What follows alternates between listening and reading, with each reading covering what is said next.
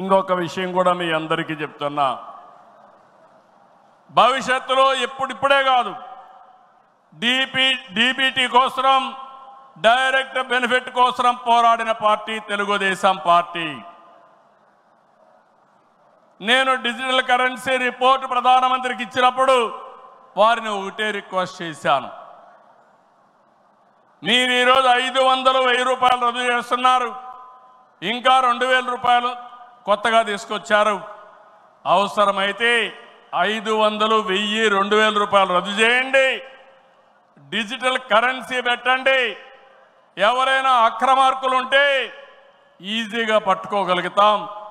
ఇవన్నీ రద్దు చేయమని కోరాను.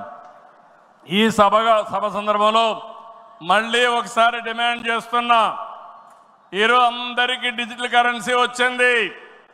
పార్టీకి డొనేషన్ ఇవ్వాలన్నా ఒకప్పుడంతా లిస్ట్ అంతా ఇచ్చి చదివేవాళ్ళం. ఇప్పుడు నేరుగా మీ ఫోన్ ద్వారా పార్టీ అకౌంట్లోకి డబ్బులు చెల్లించే పరిస్థితికి వచ్చారంటే ఈ 500, 1000, 2000 రూపాయల అవసరం లేదు. రాజకీయాల్లో డబ్బులు పంచే అవసరం ఉండకూడదు.